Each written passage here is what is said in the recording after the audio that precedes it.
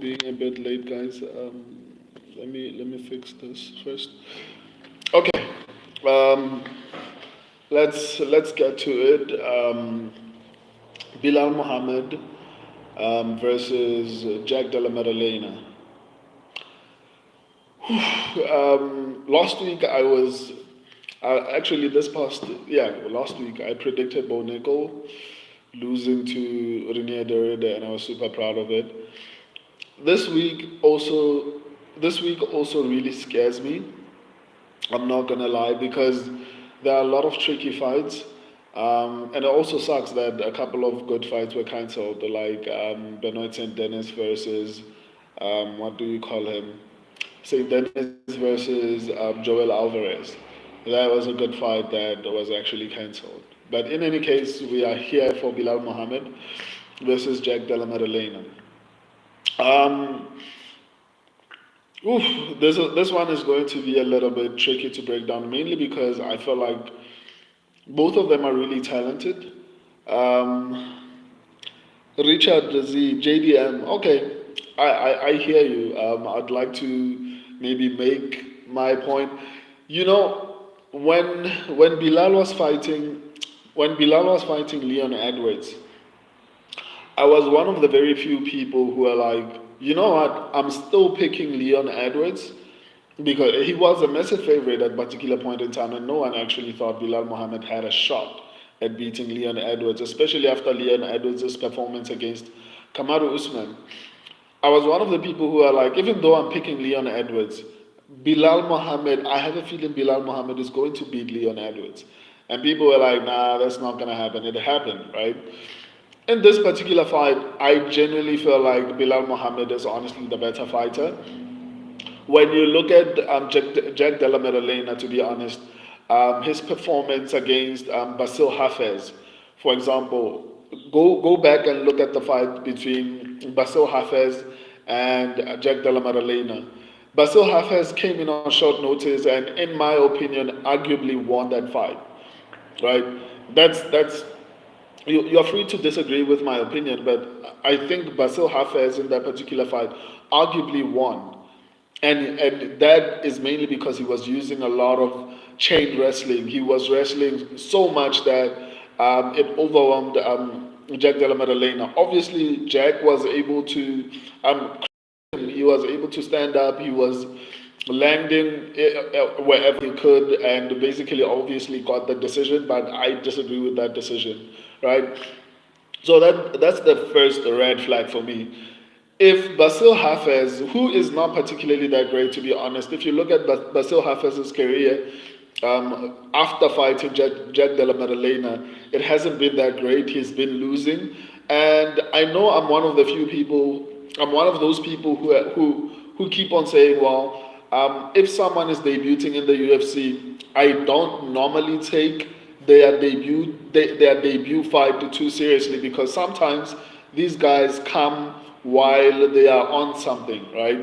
It's not necessarily so. That's one of the reasons why I don't take their debut fights a lot seriously than every other fight that follows. Because normally these guys that are coming in on short notice, they usually are on something. I don't have any evidence to substantiate what I'm saying, but if you look at a lot of these people who are coming into the UFC, especially on short notice, they have an amazing performance, and then after that, their fights are really terrible, right? That's because I think there's something that's missing in the rest of their fights. However, it needs to be mentioned that Jack Della Maddalena was struggling as far as grappling against Basil Hafez. I'm not going to ignore that. And to show that he has a problem as far as grappling goes, he then went on to struggle against Gilbert Burns. Gilbert Burns does not have the best takedowns. His takedowns entries are terrible. He's not particularly good at taking people down. He can submit you. He's exceedingly talented at BJJ, but Gilbert Burns is not good at wrestling. Gilbert Burns can submit you, but he's not good at taking you down, right? So that's one of the things that I had a problem with as far as Jack's performance, Jack's most recent performance against Gilbert Burns, is that Gilbert Burns is not the guy who should be taking you down. if you have good takedown defense, you should be able to defend Gilbert Burns takedowns. So, but credit to Jack Della Maddalena, he was able to avoid getting submitted and ended up getting the finish in that particular fight. But it's another red flag for me if Gilbert Burns is able to take you down, because historically Burns is not good at taking people down, to be honest. Gilbert Burns used his striking in order to get, what do you call it, ground positions. He doesn't necessarily just take you down. I hear you. Oh, it's Richard. I hear you. I feel we all I hear you. I feel we all know Bilal's game plan. He has a better ground game for sure, but stand up, I feel JDM has been preparing for the game we know Bilal will bring. Therefore, I think Bilal will try. Okay, mix it up and with striking to catch Jack by surprise, but I feel Jack has been working on his ground game. Even if you feel like Jack has been working on his ground game, right? That's where I was coming to as far as the breakdown goes. So I wanted to basically highlight my reasons, and I'm still going to criticize Bilal Mohammed on some aspects that I'm worried about specifically as far as picking him. But I wanted to mainly highlight the fact that Jack Della Maddalena struggled against Basil Hafez, who was coming in on short notice, then struggled against Gilbert Burns, who is not particularly great at taking people down. So Bilal Mohammed is exceedingly good at taking people down. His pressure is unlike anything I've seen in recent years, except maybe when you take into consideration people like Merab Devalishvili. The only other person who chain wrestles aggressively, the same as Bilal Mohammed, in my opinion, would be Merab Devalishvili. And I genuinely believe, skill for skill, Bilal Mohammed is better than Merab Devalishvili. And yet they have the same level of pressure as far as wrestling, right? That's the first thing. Jack Della Maddalena struggled and but again, visibly tired against, what do you call him, Basil Hafez. And I give him credit. He improved and continued to improve as time progressed. Now, the next issue that I have with this particular fight is that a lot of people are not giving Bilal Mohammed a lot of credit for what he was able to achieve. Magnus, welcome to the stream, Magnus. A lot of people are not giving Bilal Mohammed a lot of credit for what he achieved against Leon Edwards, because a lot of the grappling exchanges that made Bilal Mohammed successful was as a result of his. Why is bro wearing a jacket in Africa? Okay, clearly you don't know anything about ecosystems, but it's fine. So the reason why I feel so confident is that Jack Della Maddalena was able to have, or rather, Bilal Mohammed was able to have success against Leon Edwards, mainly because Bilal Mohammed was having success with the striking. I don't see anyone actually mentioning this. It's similar to people who used to underestimate Islam Makhachev's striking, right? I'm not going to sit here and tell you guys that Bilal Mohammed is on the same level as Islam Makhachev. That's not what I'm saying. What I'm saying is, I feel like a lot of people are underestimating Bilal Mohammed's striking abilities. Go back and watch the fight between Bilal Mohammed and Leon Edwards. Bilal Mohammed was having success with the striking. Maybe you can say, well, Leon Edwards maybe was tired or whatever the case is. Whatever argument you want to make, it's fine, right? But you have to take into consideration that Bilal Mohammed was winning the striking exchanges. If that fight was on the feet, I would honestly feel like Bilal would have had a shot, especially when it comes to boxing. Maybe kickboxing, I don't know. But when it comes to boxing, Bilal had good hands in that particular fight. I don't know how that's going to play in the fight with him and Jack Della Maddalena, but I can honestly say Bilal Mohammed's striking, especially boxing, looked impressive in that particular fight.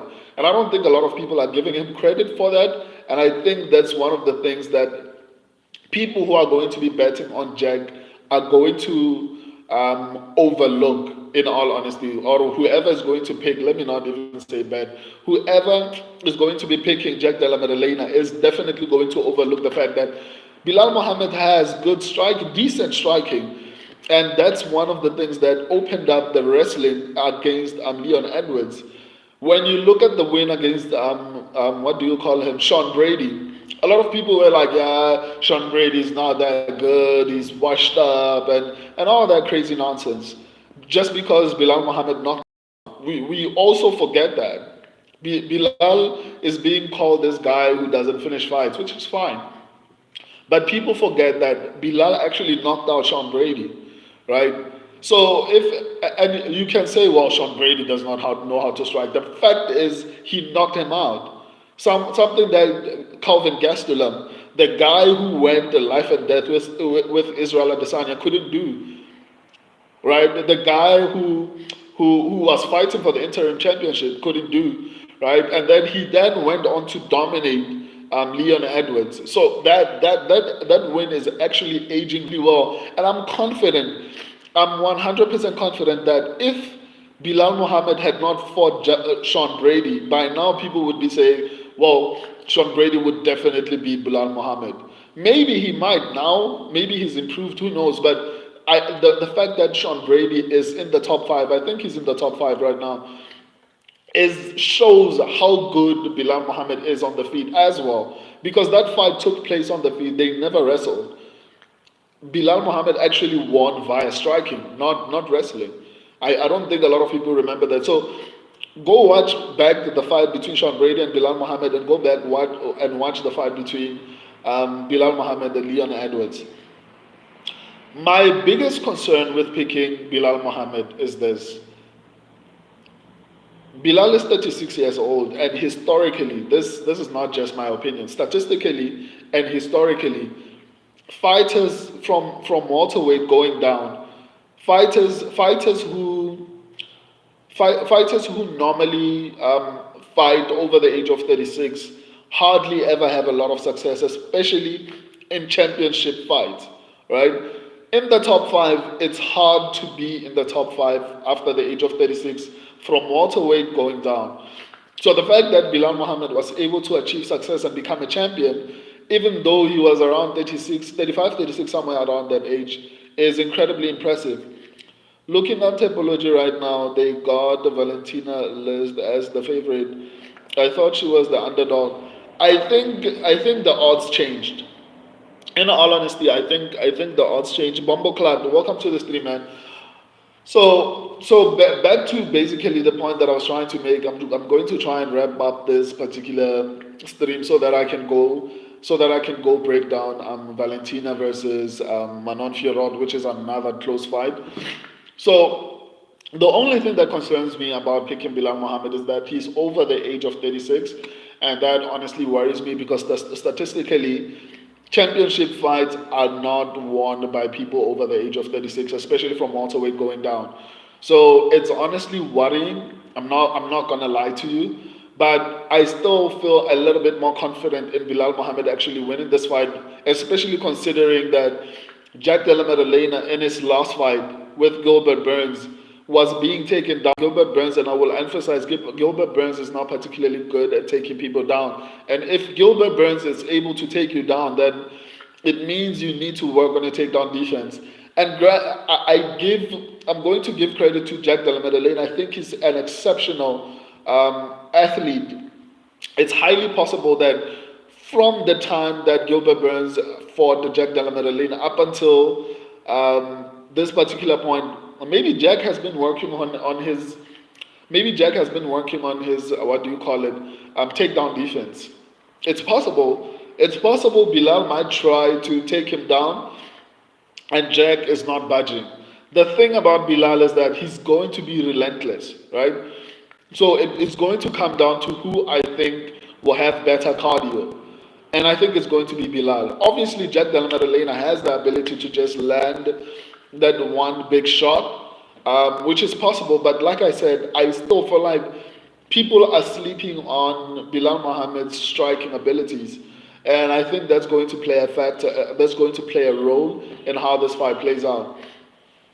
I'm not gonna lie and say I'm not scared about this particular pick, and that's why in the new video that I started posting on the video section, which is the upsets predictions, I said there's a mid-level possibility that Jack Della Maddalena is going to actually get this one done. And mid-level is not necessarily saying low, because how I rate the possibility of an upset is either low, mid, or high possibility. So I still feel like Jack Della Maddalena has a shot at winning this particular fight, especially if he's been preparing the right way, working on his cardio, working on his takedown defense, and even after getting taken down, getting up, and all the right things, then I genuinely do believe that he might have a shot at actually winning this particular fight. So I'm honestly worried. I'm not gonna lie. So, but that concludes my reasoning for picking Bilal Mohammed. I think obviously if you are going to say who's more technically better as far as striking, it's going to be Jack Della Maddalena without a doubt. But and then if we're saying who's going to be better on the ground, it's going to be Bilal Mohammed. The thing is, Bilal Muhammad is not too terrible either on the field. Even despite a lot of people saying that he's terrible, I don't think he's that terrible, right? So yeah, my subscribers and I are picking Bilal Muhammad to win this one. I'm honestly scared. I'm not gonna lie to you. This is not a confident pick because Jack is really talented and he's an amazing athlete and he has the ability to get it done. Plus, Bilal Muhammad is over the age of 36, so I'm still worried, but I still feel like Bilal Muhammad is actually going to get it done. My subscribers agree.